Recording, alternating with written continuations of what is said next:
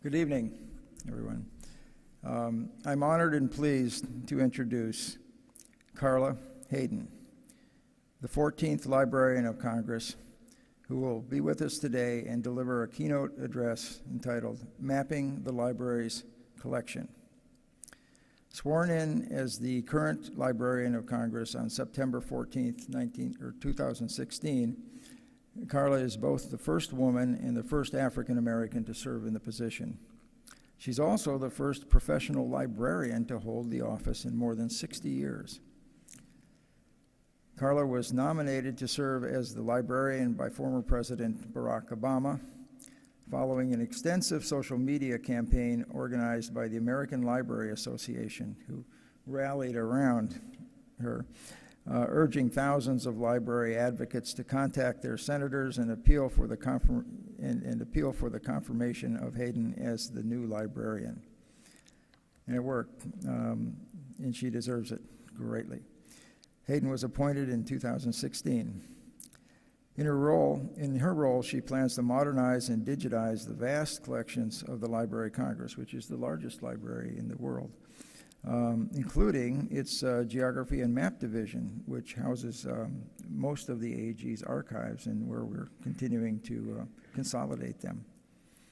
Her goal is also to make the contents of the library more accessible to all Americans while also preserving and respecting their historic structure and significance. Also today, we'll be presenting Carla Hayden with our association's highest honor, the AAG Atlas Award. The Atlas Award was launched as our flagship honor in 2010 and is designed to recognize and celebrate outstanding internationally recognized leaders who advance world understanding in exceptional ways. The image of Atlas bearing the weight of the world on his shoulders is a powerful metaphor for this award program, as our nominees are those who have literally taken the weight of the world on their shoulders and moved it forward. Whether in science, politics, scholarship, or the arts. Other nominees or other recipients of the Atlas Award include primatologist Jane Goodall, international human rights and political leader Mary Robinson, civil rights icon Julianne Bond, and Noam Chomsky. As you all know, research and the pursuit of knowledge are particularly relevant to analyzing, understanding, and working toward constructive and hopeful actions in our world. For example, geographic research helps to illuminate the geographies of difference and spatial inequality in our world. And at its best, geography education can foster understanding in our world as well as of our world. Carla has championed the role of libraries that libraries play in their communities as sources of knowledge, insight, and discovery, as well as havens for civil and informed discourse. We especially admire your role in keeping the Enoch Pratt Library in Baltimore open during the 2015 riots. This significant decision, which strikingly illustrated the library's role as a safe haven for the community, also demonstrated that libraries are not ascetic places, divorced or isolated from their own communities. In addition, your career-long dedication to expanding people's interest in the sciences and humanities and the arts resonates deeply with geographers who pursue research and work in all of these fields and who contribute a unique spatial perspective to them. It is a great pleasure and privilege to bestow the AAG Atlas Award to Carla Hayden. Thank you so much. This is phenomenal. Yeah. Oh my. Oh.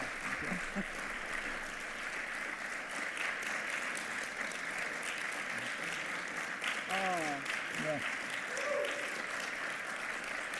Well, we couldn't find a female atlas, but this is the most androgynous one that I could find. It's truly lovely. Thank you. And very heavy. Very heavy. It's Thank you so And, much. along with that comes a $10,000 check, so thanks. And that check is going to be, the check is, I've already checked, made out to the Library of Congress for the Geography and Maps Division to assist in the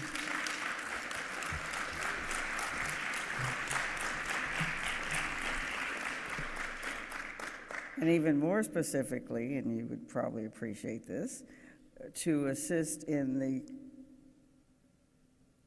cataloging and consolidation of the AAG collection at the Library of Congress.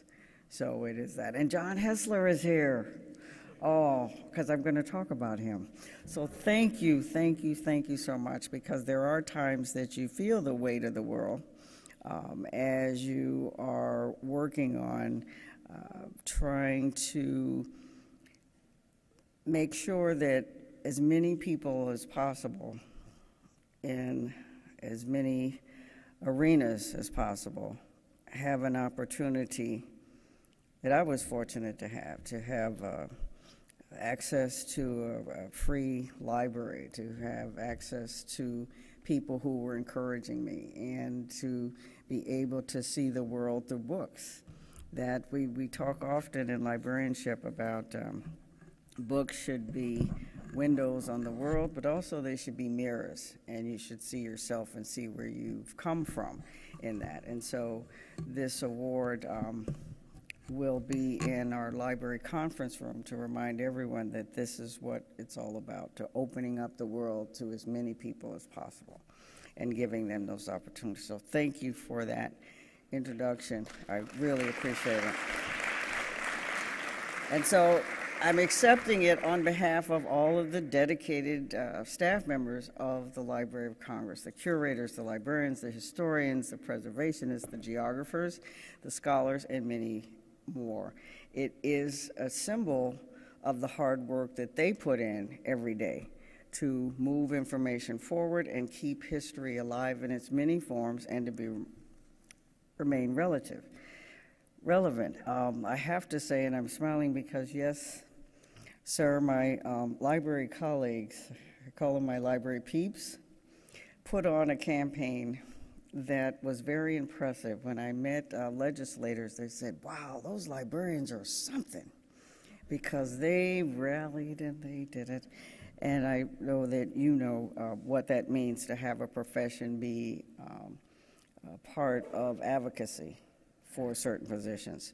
And yes, the Library of Congress has grown from that initial collection of Thomas Jefferson's of 6,000 volumes to over 170 million items, from the original draft of the Declaration of Independence with footnotes.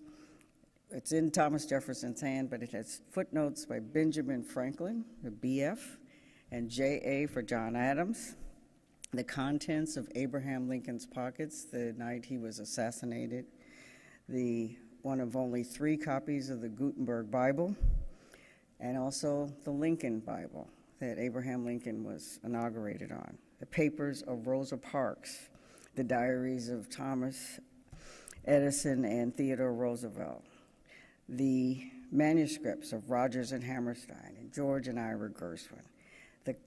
And this one you might appreciate, the largest comic book collection in the world. And, of course, the largest law library. And the Library of Congress is truly a collection of collections. And last year, we launched a strategic plan to be more user-centered and to connect everyone to the Library of Congress, and also to introduce them to the careers that are associated with being the largest library in the world, that, as many of you know, has the largest collection of maps and geographic material. We also said we want to use technology in more effective ways to connect people to our collections. We literally want to throw open the treasure chest that is the Library of Congress, connect with people, give them options in terms of what they can be and how they can map their own world. And so, over the last 2 decades, we've expanded our digital repository, and our pace has accelerated. We now have, and we manage, 15.2 petabytes of content, including born digital acquisitions, and we are digitizing as many collections as possible. And what we are embarking on now is looking at how we can enrich the visitor experience with our collections. We want to create a lifelong connection with as many people. We have over 2 million people that visit in person the library every year. We want to turn those visitors into users, and we want to show them. And as you know, with the Geography and Maps division, we are looking at the possibilities and the opportunities of capturing people right away. The Ladue Visitor Experience Plan calls for a treasures exhibit that will give people an opportunity to realize that the Library of Congress has so many things in different formats. The first thing that people will interact with when they come into the new Treasures Gallery is a map. And in the renderings that are already available, and you can see some of those, we've been making this publicly available, is a tabletop interactive map of the world. And the dream and the hope is that when people touch where they're from or where they're interested in, the resources that relate to the library's collections will come up. Now, I'm not going to go too far on how that will happen. That's not my expertise, but we're working with great firms and all of that on how we can do that, and also that they can then download the information on whatever device they have. So this is going to be pretty exciting and cutting edge, but this is what we want, that the first thing you do is encounter this opportunity. And we're doing other things right now. Last year we launched a new program called Story Maps, and it's an interactive and immersive web applications that tells stories about the library's collection. So it combines the text and the images and the multimedia to have narrative experiences. And that program was spearheaded by the Geography and Maps division, and the collection specialists from across the library joined in to make sure that the collections are not hidden. So we've been working on this aspect of that. And Dr. John Hessler. Now, I'm glad he's here because I was going to embarrass him anyway. So he's here publicly in there because we call him our Indiana Jones. And when he is in town and is not in Peru, and we boast about it. Oh, he's not here, he's in Peru, or he's somewhere exploring. He is our person that excites young people about the possibilities with exploration and geography. And so he has given me a few words to say. So John, if I don't say it correctly, you'll get right here. With this collection dating back to the 13th century, and we already are doing geospatial hosting, and we have an environment with mapping data to our Congressional Research Service. That is a major part of our service to Congress, giving them the information and creating special information that they can utilize in developing their legislative agendas. And it has become a major part of our Congressional Research Service. And we also provide that same type of information to the State Department, and that is part of our role. And what's exciting, though, and what John is involved in is what is going to happen beyond the Treasures Gallery is a new Center for Learning and lifelong learning. It's for the young and the young at heart. And so, how do you capture the young and the young at heart with the collections? How do you let them know that there's a career in geography, that they might be interested in these maps, and we're doing all the interactive, but how do you engage them? And so, the Geography and Maps Division will be working with our new curators and people who are working on engaging young people to introduce them to careers related to our collections. We're going to be shameless with hooking them with the wow. We're going to start with that map. I don't know how many of you, some of you are in my age group. Where in the world is Carmen Sandiego? There are all types of things. Find your place in the world, all of these things. We are going to hook them with the wow and then ease them into, if you like this, you might not be a cataloger, you might not, there are other things in terms of careers in the work of a library that we'll be introducing them as they interact with our collections. The photography and prints division, there's a whole segment on that. A museum that does that really well is the FBI Museum. If you've had a chance, they've renovated, I know you're saying, wow, how does that relate? Well, it does, because what the FBI Museum has done is restricted access, if you could imagine. However, what they've done is when the people enter, they see the different professions that contribute to their enterprise. There is the agent, but there's also the researcher, there's all of these things. And you can follow them through the museum and see how they contribute to whatever is happening. So that's the type of thing that when we introduce, for instance, in the Treasures Gallery, and we're showing our maps and we're showing that we also have an opportunity to say, here are the careers that can lead you to be able to be a person who deals with this in your life. And it's not just, it could be the historic, but it also can be how to use geographic information to help your community.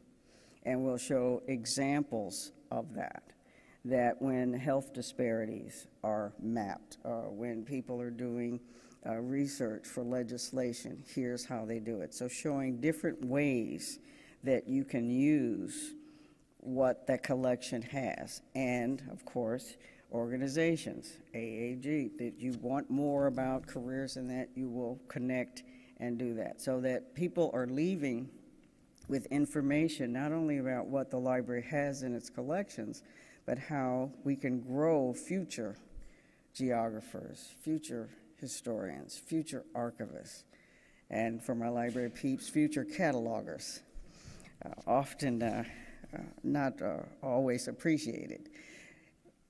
And just to give you a hint of how we're going to look at even making something like cataloging exciting. Young people, and we talked about this, are always cataloging now.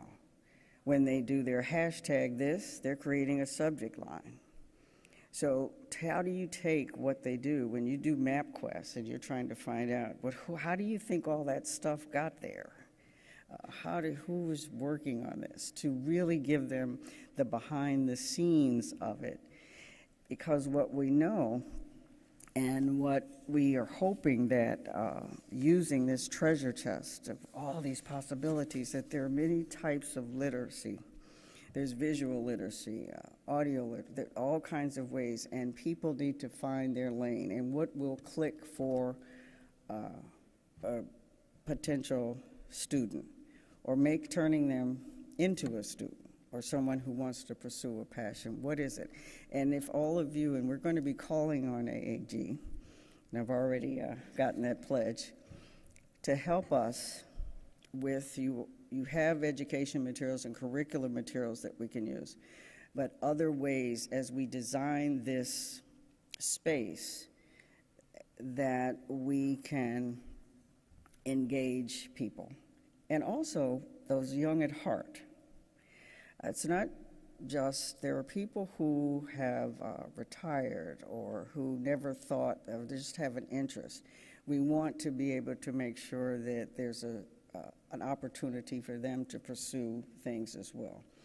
So the pledge is that you will, this partnership, it's not just consolidating and cataloging your collections and making them available. We will be talking about how your film on Geographers on Film, where you have noted geographies, could be embedded into, want to learn more, hear what these geographers are saying.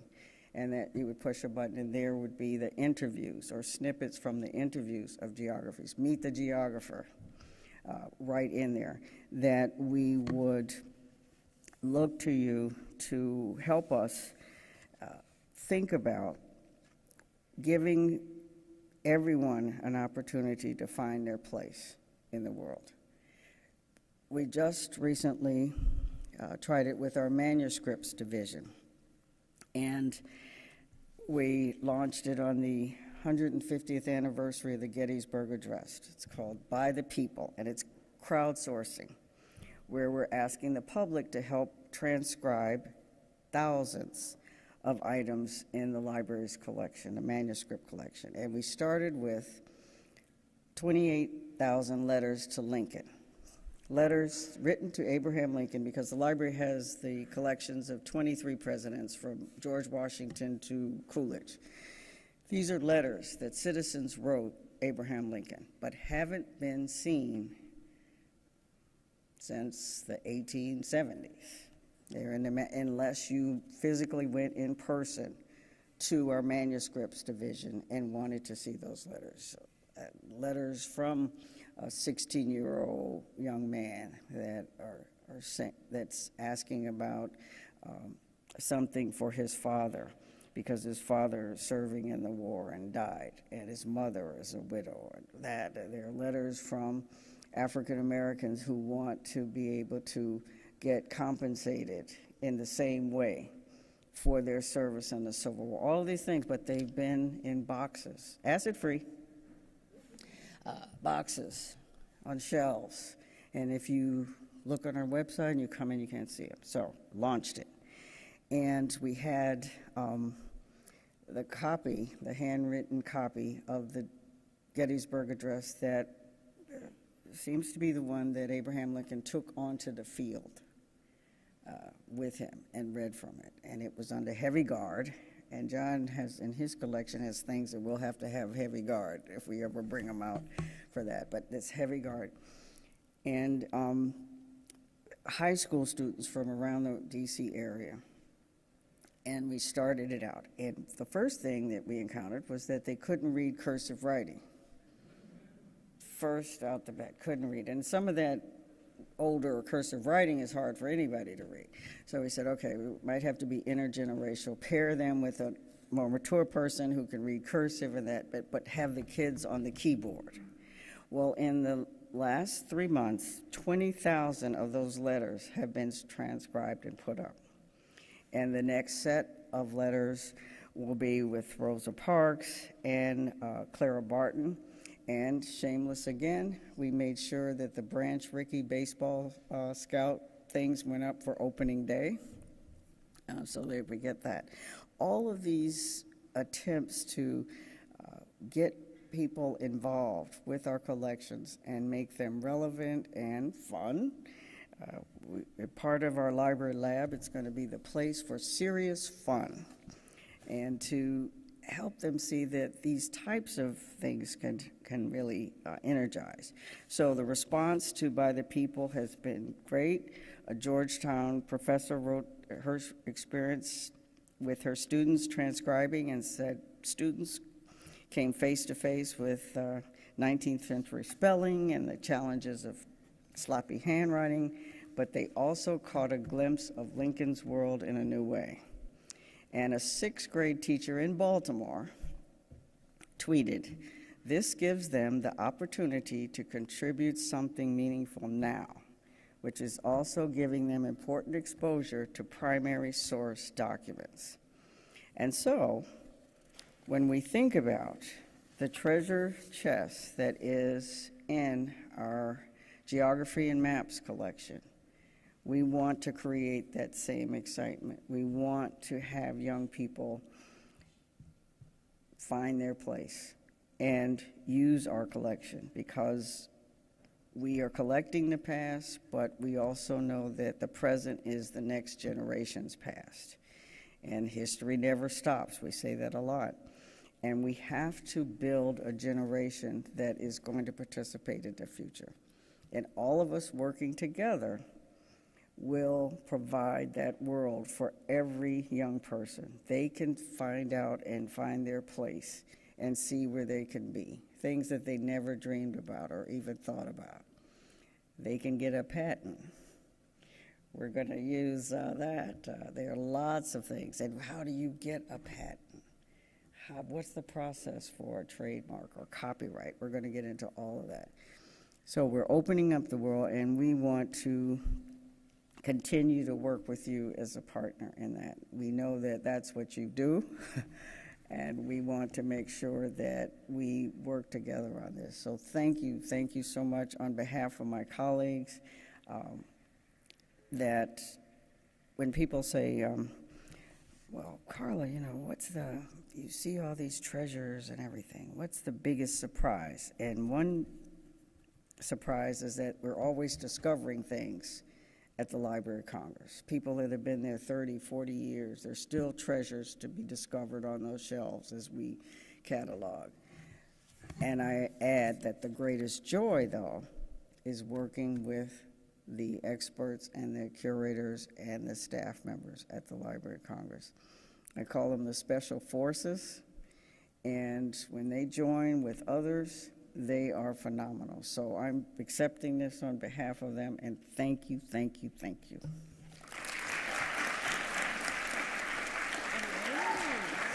It moves. Oh, thank you. Look at this, it moves. You got the whole world in her hands. Thank you. I appreciate it. Thank you so much. Beautiful. Gorgeous, gorgeous, gorgeous. Oh, yes. Oh, you said you wanted to take questions. Yeah, would anyone care to ask a question for Carla? Make a comment. Or make a comment. Good, bad, otherwise, whatever. Okay, well, bad too. Not bad. Yeah. Sure. I just want to congratulate you and thank you so much for sharing your incredibly wide vision of what the Library of Congress does. And I learned so much from you, even as a geography professor. I did not know the extent of the Library of Congress. And I'm also thanking you for your incredibly generous philanthropy of wanting to expand knowledge to all American citizens. So I just wanted to say congratulations. Well, thank you, because when you think about this is such an exciting time to be a young person, and a more mature person, because I'm learning different things. There aren't many times in history that so many things are happening, and so we have to help people navigate, not well pun intended, but navigate that and find a way. So yeah, it is a great time. Great time. So Dr. Hayden, my name is John Wertman. My mother was a librarian and actually got a master's degree in not only library science, but research and technology. And she helped bring technology into the library system for Northern Virginia Community College. And so I wanted to ask you, I work now with Esri, and we partner with our friends in the Geography and Map Division to help bring story maps and other technological uses to sharing the library's collections out to the public.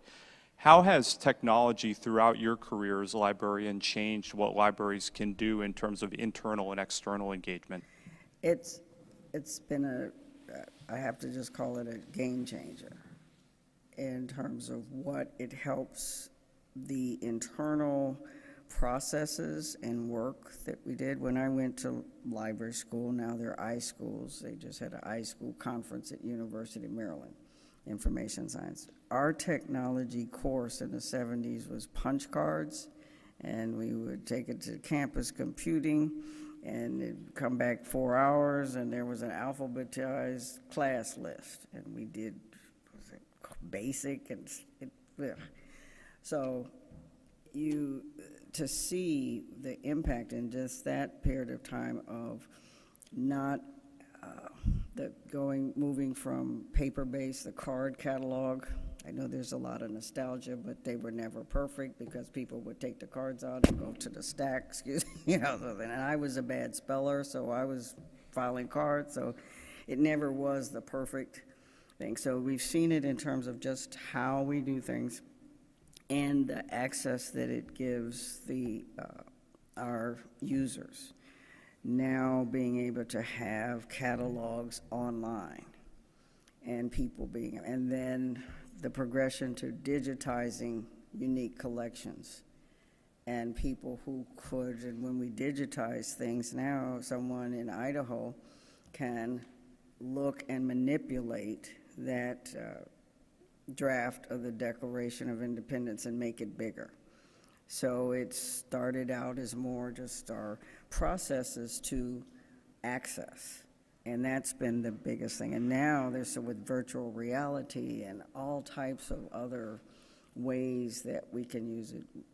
The thing that we're working on is to make sure that all of our technology efforts might coordinate with each other, so we're not creating silos of this. And so how do we do that? How do we share those opportunities so that someone sitting there, I mentioned at that iConference, I was told by a person in the business world that if not-for-profit organizations that are dealing with information work together, that would be a powerful search alternative and authoritative lane for people to have, if we could figure that out.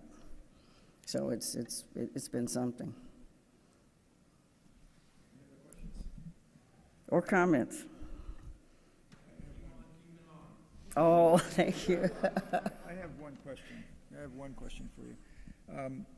Many people are unaware or don't know much about the fact that the Congressional Research Service is part of the Library of Congress.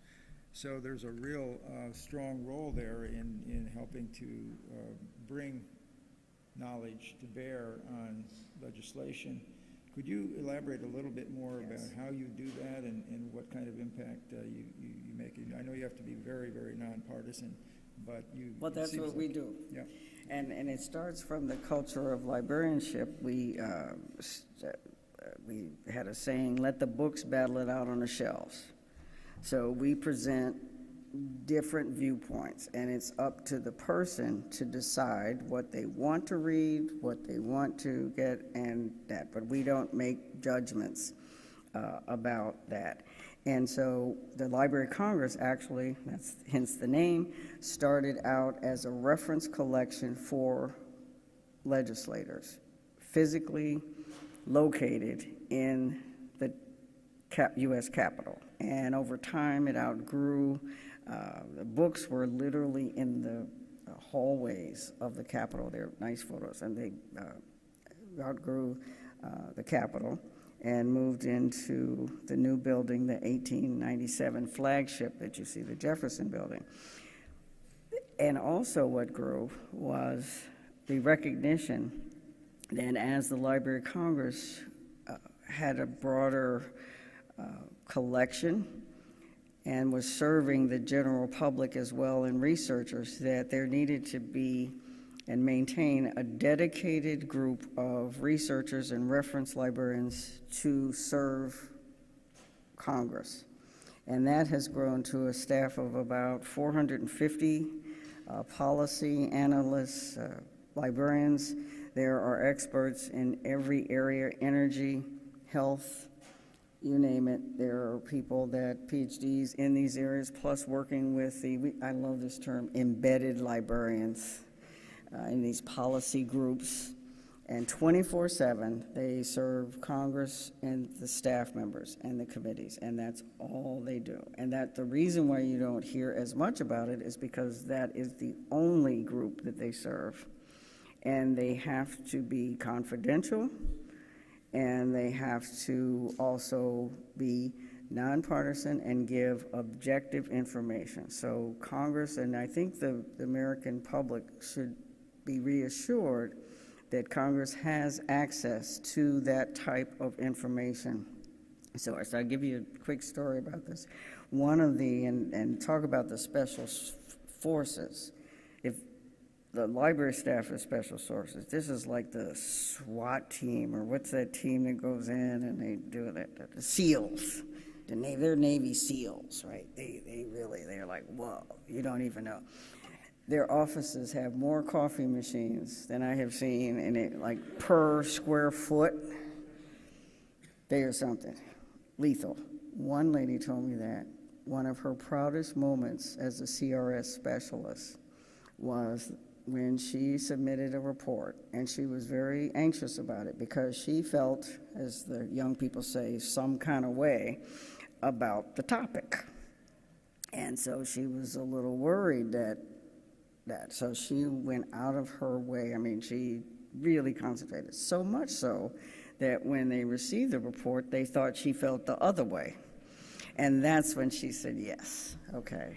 They don't know that, and that's how they do it. And that's how the library grew. And so what we let people in Congress know is that what they receive, that kind of reference service, is what libraries and do on campuses and communities everywhere. That's what libraries do. So thank you, because Sunday is the start of National Library Week.